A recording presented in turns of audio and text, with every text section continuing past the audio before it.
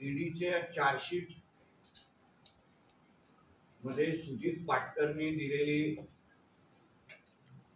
जी माहिती आहे ती अतिशय संतापजनक आहे। कोविडच्या काळामध्ये ज्यांच्या पण घरामध्ये कोणाचे आई वडील, कोणाचा मुलगा, कोणाची बायको, कोणाचे काका, ज्याच्या घरामध्ये मृत्यू झाले कोविडमुळे, त्या प्रत्येकाने ईडी ची जी चार्जशीट आहे त्याच्यामध्ये सुजित पाटकरनी जे काही वक्तव्य केलं आहे ते फार बारकाईने ऐकावं। हे काय कुणाही राजकीय व्यक्तीने केलेलं नाहीये, पण ईडीची अधिकृत चार्जशीट मध्ये अशी माहिती सुजित पाटकरनी दिली आहे की कोविड काळामध्ये मिळणारे जे कॉन्ट्रॅक्ट आहेत, टेंडर आहेत, कोविड सेंटर जे बांधले गेले ते मिळवण्यासाठी मी संजय राजाराम राऊतचं नाव वापरायचो।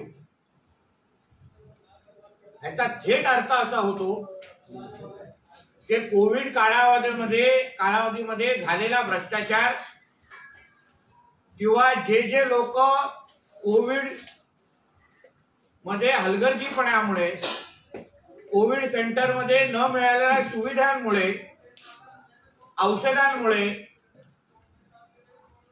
जे मृत्युमुखी पडले, ज्यांचं आयुष्यभरचं नुकसान झालंय, काही आमच्या भगिनींचे तर कुंकू पुसला गेला, काहींनी आपल्या वडिलांना हॉस्पिटलमध्ये ऍडमिट केल्यानंतर त्यांच्या वडिलांचं प्रेत घरी आलं।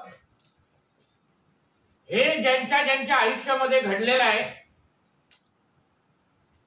त्या सगळ्या जणांनी संजय राजाराम राऊत, आदित्य ठाकरे आणि उद्धव ठाकरे या तिघा जणांना भर चौकामध्ये बोलून त्याला चपलानी मारलं पाहिजे। कारण काय, हे फक्त पैसे कमवत होते, भ्रष्टाचार करत होते, पण ज्यांनी आपल्या आयुष्यातल्या या महत्वाच्या व्यक्तीला गमावलं ते कधी भरून न येणारं नुकसान ह्याचे जबाबदार हे सगळे तिघही आहेत। हा कुठलाही राजकीय मुद्दा नाहीये, हा भावनिक मुद्दा आहे। मी तर सांगेन, ज्या लोकांनी, ज्या मुंबईकरांनी आपले नातेवाईक कोविड मध्ये गमावले, महाराष्ट्रामध्ये गमावले, त्या सगळ्या जणांनी एकत्र येऊन मातोश्रीवर मोर्चा काढला पाहिजे, यांना जाब विचारला पाहिजे, यांच्या गाड्या अडवल्या पाहिजे, नागरं करून यांची ढिंड काढली पाहिजे। तर हेच ते तिघ नालायक होते त्यांच्यामुळे तुमचे नातेवाईक, तुमचे आई वडील, त्यांच्या फोटोवर आज तुम्हाला हार घालायला लागतोय। याचे जबाबदार हे तिघही आहेत। सुजित पाटकरनी स्पष्ट केलेला आहे आणि तो पैसा संजय राजाराम राऊतच्या मुलीच्या अकाउंट मध्ये आणि भावाच्या अकाउंट मध्ये फिरवला गेला। म्हणून ह्या नालायकाला, ह्या 420 ला कुठलाही नैतिक अधिकार राहत नाही खासदार म्हणून राहण्याचा। ईडीने ह्याला लवकरात लवकर अटक करावी आणि मी तर बोलतो ह्याला फक्त त्या कोविड मध्ये झालेल्या मृत्युमुखी पडलेल्या नातेवाईकांच्या हातात सोपवा।